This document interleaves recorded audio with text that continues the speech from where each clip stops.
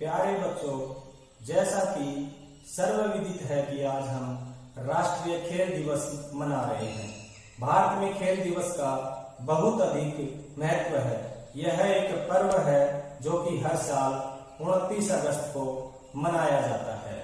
भारत के विभिन्न शिक्षण संस्थानों में इस दिन विभिन्न खेलों का आयोजन होता है, लेकिन हम इस साल एक वैश्विक महामारी कोविड-19 का सामना कर रहे हैं। इसको मद्देनजर रखते हुए सरकार ने इसको ऑनलाइन मनाने का निर्णय लिया है। इस पर्व को मनाने के पीछे एक मुख्य कारण है कि इस पर्व की मदद से पूरे भारत में पढ़ाई के साथ साथ खेल शिक्षा के महत्व के बारे में बच्चों को जागरूक किया जाता है एवं युवाओं को खेल के क्षेत्र में कैरियर बनाने के लिए प्रोत्साहित किया जाता है। इस पर्व को 29 अगस्त को इसलिए मनाया जाता है क्योंकि इस दिन भारत के महान और विख्यात हॉकी खिलाड़ी मेजर ध्यानचंद का जन्म दिवस होता है। उनका जन्म सन 1905 में इलाहाबाद में हुआ था। मेजर ध्यानचंद ने खेलों में बहुत उत्कृष्ट प्रदर्शन किया। उन्होंने अपने खेल से भारत का नाम बहुत ऊंचा किया था। यही मुख्य कारण है कि इस दिन राष्ट्रीय खेल दिवस मनाया जाता है। आज ही के दिन यानी 29 अगस्त को राष्ट्रपति भवन, जो कि नई दिल्ली में स्थित है, में एक समारोह का आयोजन होता है जिसमें खेलों से संबंधित राष्ट्रीय स्तर के पुरस्कार खिलाड़ियों को दिए जाते हैं, जिनमें मुख्य पुरस्कार अर्जुन अवार्ड, गुरु द्रोणाचार्य अवार्ड, राजीव गांधी खेल रत्न पुरस्कार। राजीव गांधी खेल रत्न पुरस्कार भारत का सर्वोत्तम खेल रत्न पुरस्कार है, सबसे बड़ा खेल रत्न पुरस्कार है। वह इस खेलों के क्षेत्र में सन 2002 से ध्यानचंद अवार्ड भी खिलाड़ियों को दिया जाने लगा है। मेजर ध्यानचंद भारतीय हॉकी के खिलाड़ी एवं कप्तान थे। उनकी गिनती विश्व के सर्वश्रेष्ठ खिलाड़ियों में होती है। वे 3 बार ओलंपिक में गोल्ड मेडल जीतने वाली भारतीय हॉकी टीम के खिलाड़ी रहे हैं। उनकी टीम ने 1928 Amsterdam Olympic, 1932 Los Angeles Olympic, 1936 Berlin Olympic में गोल्ड मेडल प्राप्त किए थे। उन्होंने अपने खेल जीवन में 1000 से अधिक गोल दागे। जब वे मैदान में खेलने को उतरते थे तो उनकी हॉकी स्टिक से गेंद चिपक सी जाती थी। ऐसा भी कहा जाता है कि 1936 के बर्लिन ओलंपिक में खेल के दौरान मैदान में उनकी हॉकी को तुड़वाकर देखा गया था। उनमें कोई मैग्नेटिक वस्तु तो नहीं है। उन्हें हॉकी का जादूगर भी कहा जाता है। मेजर ध्यानचंद 1922 में सेना में सिपाही के पद पर भर्ती हुए थे, लेकिन अपनी मेहनत, उत्कृष्ट प्रदर्शन, ओलंपिक में अपना उत्कृष्ट प्रदर्शन की बदौलत उसमें सेना में सिपाही से मेजर तक वो पहुंच गए थे। भारत सरकार के द्वारा उन्हें पद्म भूषण के सम्मान से भी सम्मानित किया गया था। हमारे देश में काफी कुछ चर्चित खिलाड़ी भी हुए हैं। उन्होंने विभिन्न खेलों में देश का नाम ऊंचा किया है, जिनमें पीटी उषा जो एथलेटिक्स से है, जिन्हें अक्सर queen of Indian track and field और उड़न परी जैसे नामों से भी जाना जाता है। कर्णम मल्लेश्वरी भारोत्तोलन के क्षेत्र में भारत का नाम ऊंचा किया। वह इसी प्रकार बाईचुंग भूटिया ने फुटबॉल के क्षेत्र में, विश्वनाथन आनंद ने शतरंज के क्षेत्र में, दीपा कर्माकर ने जिम्नास्टिक के क्षेत्र में, पीवी सिंधु व साइना नेहवाल ने बैडमिंटन के क्षेत्र में, व सानिया मिर्जा ने टेनिस के क्षेत्र में, एमसी मैरी कॉम ने मुक्केबाजी के क्षेत्र में, व कपिल देव, सचिन तेंदुलकर, सौरव गांगुली, विराट कोहली, सुनील गावस्कर जैसे खिलाड़ियों ने क्रिकेट के क्षेत्र में उत्कृष्ट प्रदर्शन करके भारत का नाम ऊंचा किया। वह विश्व में भारत को सम्मानजनक स्थान दिलाया। प्यारे बच्चों, भारत में बहुत से खिलाड़ी भारत के ग्रामीण एवं दूर दराज के क्षेत्रों से आते हैं और अपनी मेहनत व लगन से उत्कृष्ट प्रदर्शन कर राष्ट्रीय एवं अंतर्राष्ट्रीय स्तर की प्रतियोगिताओं में भाग लेते हैं। प्यारे बच्चों, भारत में प्राचीन समय से ही बहुत से खेल खेले जाते हैं और हॉकी भारत का राष्ट्रीय खेल है। बच्चे खेलने में बहुत अधिक रुचि लेते हैं। वे आसपास के क्षेत्रों, पार्कों, बगीचों या उनको कहीं भी कोई खाली जगह दिख जाती है, वहीं वो खेलने लग जाते हैं। सरकार के द्वारा स्कूल स्तर, राज्य स्तर, राष्ट्रीय स्तर एवं अंतर्राष्ट्रीय स्तर पर देश के बच्चों और युवाओं की अधिकतम भागीदारी को सुनिश्चित करने के लिए एवं बहुत सी खेल सुनिश्चित करने के लिए बहुत सी खेल गतिविधियों का आयोजन किया है। यद्यपि कभी कभी राष्ट्रीय और अंतर्राष्ट्रीय स्तर पर जैसे Commonwealth, Asian games, Olympic games में खिलाड़ियों के अच्छा प्रदर्शन न कर पाने की वजह से भारत सरकार ने इसको बढ़ावा व अंतर्राष्ट्रीय स्तर पर उत्कृष्ट प्रदर्शन प्राप्त करने के लिए खिलाड़ियों को विशेष सुविधाएं प्रदान की जा रही है। सभी समझते हैं कि खेल का अर्थ केवल शारीरिक और मानसिक तंदुरुस्ती है, यद्यपि इसमें बहुत से कुछ छिपे हुए लाभ भी हैं। खेल एवं अच्छी शिक्षा दोनों ही एक साथ बच्चे के जीवन में सफलता प्राप्त करने के लिए बहुत ही आवश्यक है। एक स्वस्थ शरीर में एक स्वस्थ मन का निवास होता है। हम सभी ने पढ़ा है इसको, वह जाना भी है। इसका अर्थ है कि जीवन में आगे बढ़ने एवं सफलता को प्राप्त करने के लिए तंदुरुस्त होना बहुत ही आवश्यक है। खेलों के माध्यम से हम जीवन भर स्वस्थ रह सकते हैं एवं इसके द्वारा हमारा मानसिक एवं बौद्धिक स्वास्थ्य भी ठीक बना रहता है। खेल खेलने से हमारे जीवन में आत्मविश्वास पैदा होता है, जो हमें अनुशासन सिखाता है। यही अनुशासन पूरे जीवन भर हमारे साथ रहता है और इसी से हम अपना सर्वोत्तम विकास कर सकते हैं। खेलों से सीखे गए नियमों के अनुसार हम जीवन में आगे बढ़ते रहते हैं। इससे हमारे जीवन में नैतिकता, एकाग्रता, पूर्णता, सहयोग, आपसी सौहार्द, भाईचारा आदि सभी गुणों का विकास होता है। खेलों से चरित्र एवं अनुशासन की तकनीक है जो हमें जीवन भर पकड़े रहती है। ये हमें सक्रिय बनाती है, ऊर्जावान बनाती है। खेल हमें विषम परिस्थितियों का सामना करने में सक्षम बनाते हैं। खेलों से मित्रता की भावना का विकास होता है, मित्रता विकसित होती है एवं हमारा शरीर सुंदर, सुडौल, आकर्षक बनता है। खेल हमारे मस्तिष्क का भी विकास करते हैं। इससे हमारे जीवन के अंदर सकारात्मक विचारों, भावों की अभिवृद्धि होती है। खेलों से व्यक्ति की कुशलता एवं कार्य करने की क्षमता भी विकसित होती है। प्यारे बच्चों, अंत में मैं इतना ही कहना चाहूंगा कि खेल एवं शिक्षा का दोनों का ही विद्यार्थी के जीवन में महत्व होना चाहिए। खेलों से जीवन में सफलता प्राप्त की जा सकती है। अभी जो केंद्रीय विद्यालय संगठन व भारत के फिट इंडिया मूवमेंट के द्वारा 15 अगस्त से 2 अक्टूबर तक जो फिट इंडिया फ्रीडम रन का आयोजन किया जा रहा है, इसका भी यही उद्देश्य है कि हम अपने जीवन में हमारा स्वास्थ्य ठीक रहे, हम एक्टिव रहें, ऊर्जावान रहें। जय हिंद, जय भारत।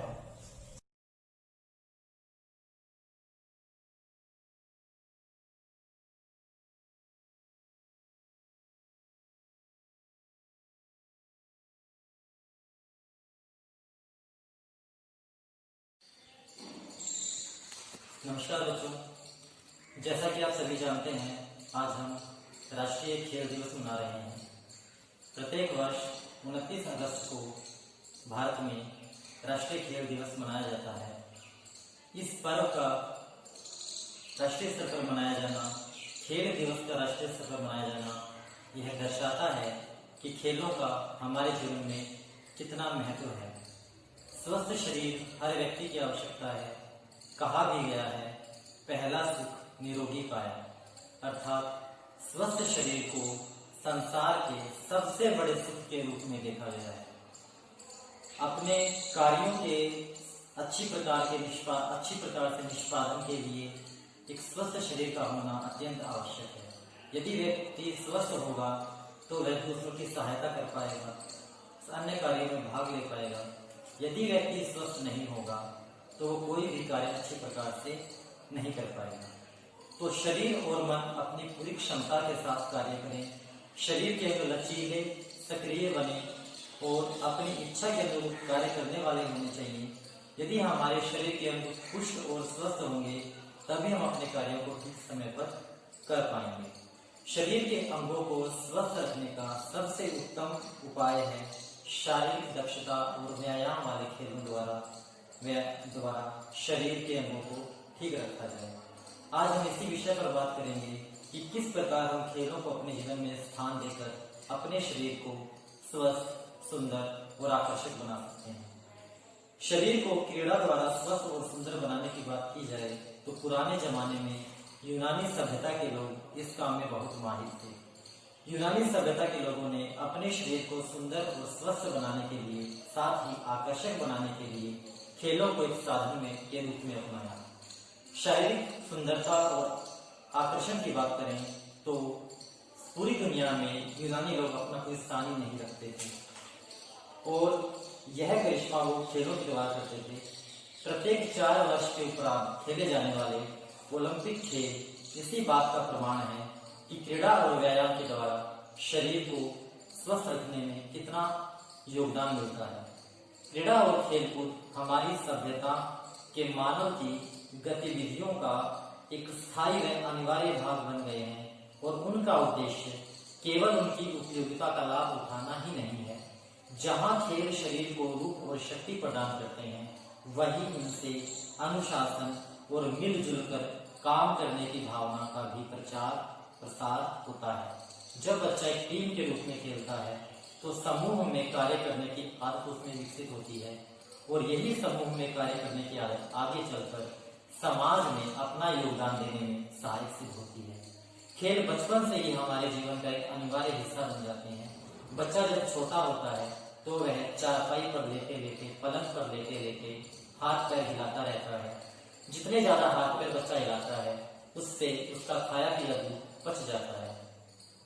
ऐसे बच्चे उन बच्चों की तुलना में ज्यादा स्वस्थ होते हैं जो बचपन में हाथ पैर नहीं चलाते हैं और ऐसे बच्चे आगे चलकर कम बीमार पड़ते हैं और जीवन में स्वस्थ रहते हैं।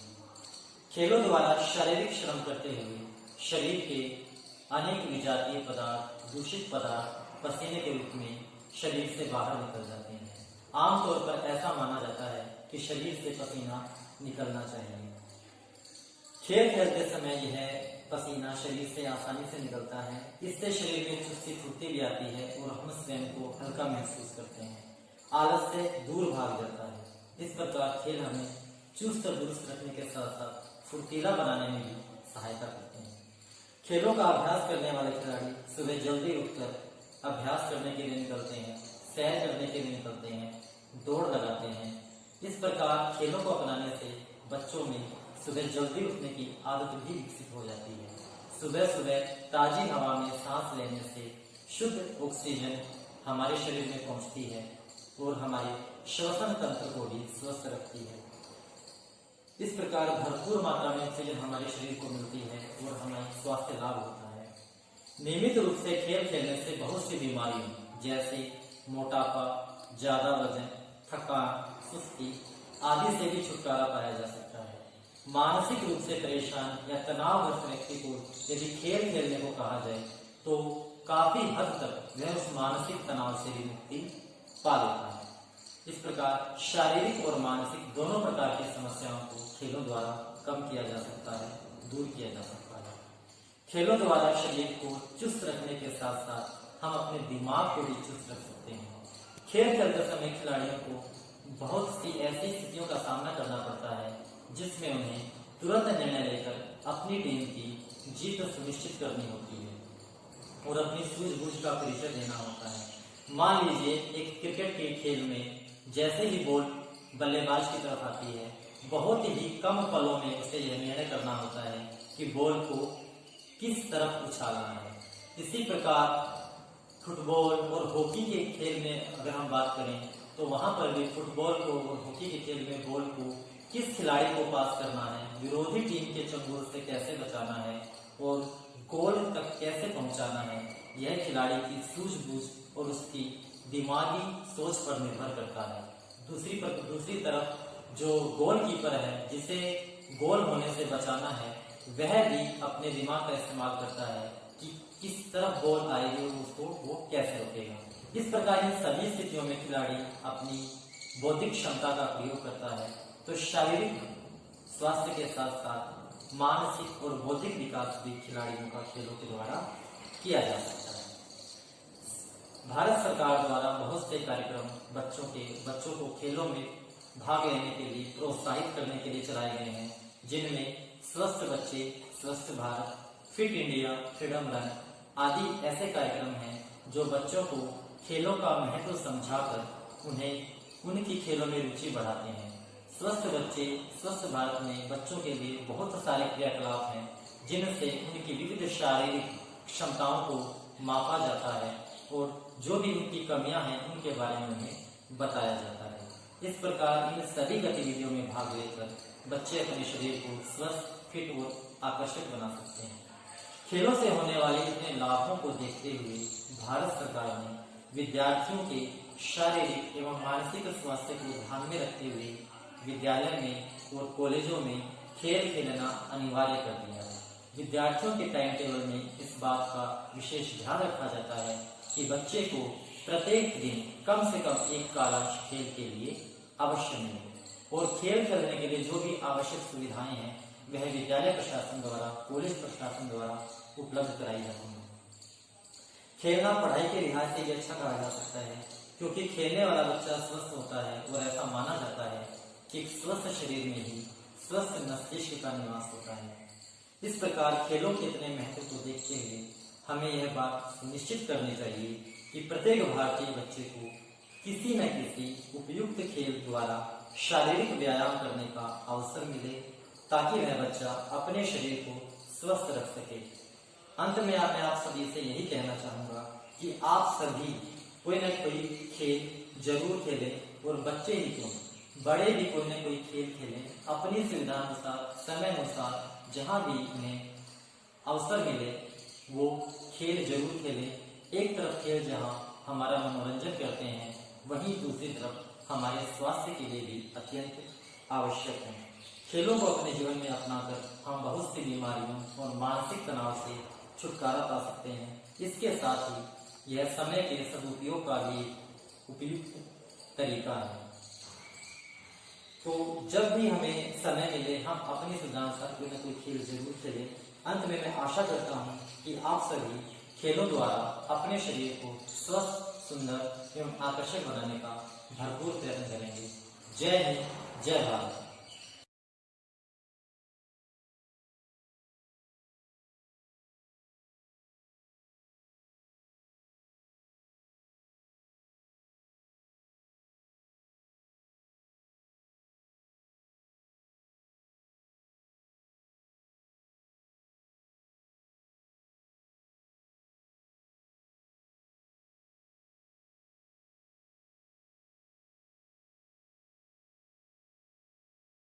हेलो गाइस, जैसा कि आप जानते हैं कोरोना वायरस जो कि चाइना से यहाँ पे हमारे कंट्री में आ गया है, ये बहुत ही तेजी से फैल रहा है। इसके चलते हमें हल्का बुखार होता है, जुकाम होता है और खांसी भी आती है। इसके यही सिम्टम्स हैं। अगर आपको लगता है कि आपको यही सिम्टम्स दिखाई दे रहे हैं तो आप तुरंत अपने आप को क्वारंटाइन करें और अपने डॉक्टर की सलाह लें और अपने आप किसी के कांटेक्ट में ना आए। और आपको टेंशन भी नहीं लेनी है कि जैसे अगर आपको जैसे पहले भी हमें नॉर्मल कभी बुखार जुकाम तो हो ही जाता है, हम अगर ठंडा पानी पिए तो गला खराब हो जाता है। अगर ऐसे भी हमें हो जाए तो आपको टेंशन नहीं लेनी है कि आपको कोरोना ही हो गया। आपको बस अपने आप को क्वारंटाइन रखना है, किसी के कांटेक्ट में नहीं आना है और बाहर तो बिल्कुल भी नहीं जाना। अगर आप ठीक हैं नहीं ठीक हैं बस बाहर नहीं जाना। और अगर आपको बाई चांस बाहर जाना भी पड़ जाता है तो आप अपने साथ मास्क, ग्लव्स और अब सैनिटाइजर रखें और सबके साथ 2 मीटर की दूरी पर रहें।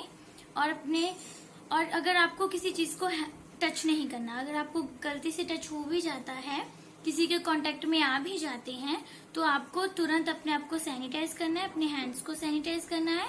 अगर जब आप घर आएंगे अपने सब ग्लव्स, मास्क, ये सब चीजें हैं इनको चेंज करना है, तुरंत डिटर्जेंट में इसे वॉश कर देना है ताकि जो अगर गलती से कोई सिम्टम्स इसमें आ भी जाए तो वो तुरंत रिमूव हो जाए। और इसके बाद हमें अपने इम्यून सिस्टम पर ध्यान देना होगा। जैसे आजकल जो फास्ट फूड इतना ज्यादा बढ़ गया है कि हमें अपने इम्यून सिस्टम पर ध्यान ही नहीं है। लोगों का इम्यून सिस्टम उतना रह ही नहीं गया जितना पहले के टाइम पे इम्यून सिस्टम होता था।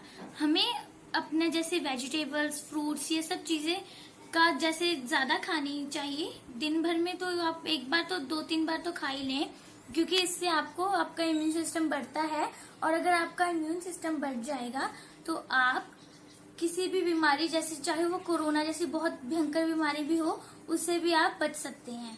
क्योंकि इम्यून सिस्टम हमें बीमारी से लड़ने की क्षमता देता है। और इसके चलते हमें विटामिन का, जैसे फ्रूट्स वैसे खाएं जिसमें विटामिन हो, A, B, C, D।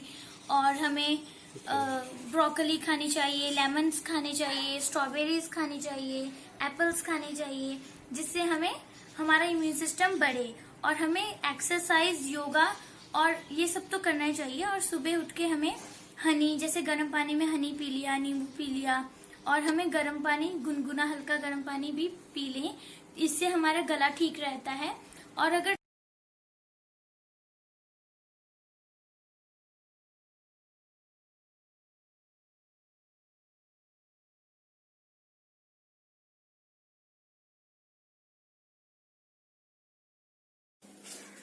Hello everyone, my name is Shivam Singh and I am from 11th A, and today I am going to speak on a topic, COVID-19 fitness at home.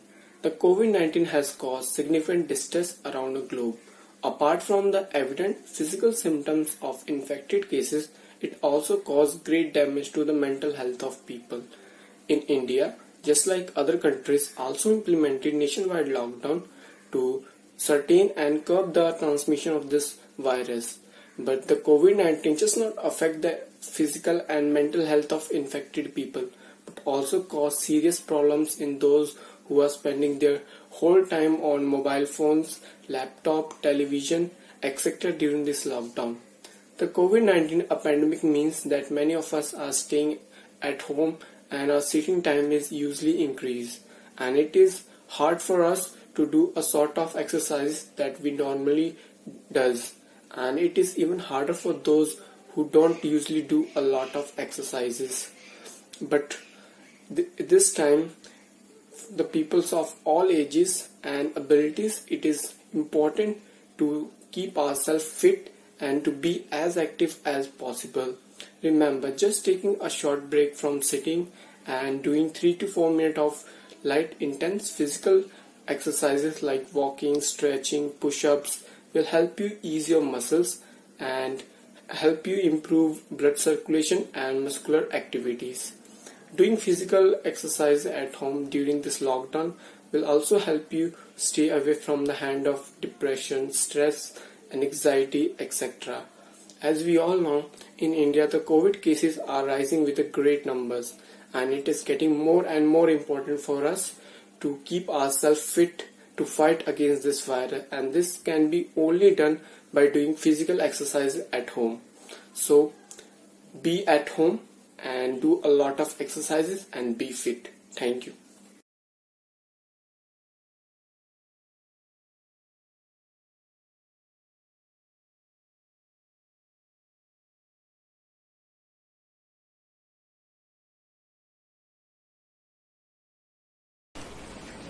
I would like to start my National Sports Day speech with a famous proverb of the Michael Jordan. I have missed over more than 9,000 shots in my career. I have lost over 3,000 games 26 times. I have been trusted to take the game winning shot and missed. I have failed over and over again in my life, and that is why I succeed. Dear teachers, students and parents, good morning to all. National Sports Day is observed on 29th of August every year and is coincide with the birthday of legendary hockey Olympian Dhyan Chand Singh. The National Sports Day is also known as Rashtriya Khel Divas, was first inducted into celebratory list in 2012. Ever since then, it has been the center of attraction for ardent sports lover of the country. The sole reason behind celebrating the National Sports Day lies in promoting the spirit of sportsmanship and propagating the spirit message of various sports. In Punjab, celebration are done with lot of pomp and flair. Various competition are organized in school to infuse the sense of sportsmanship. Through sports, one learn the sports skills. Sports bring people together.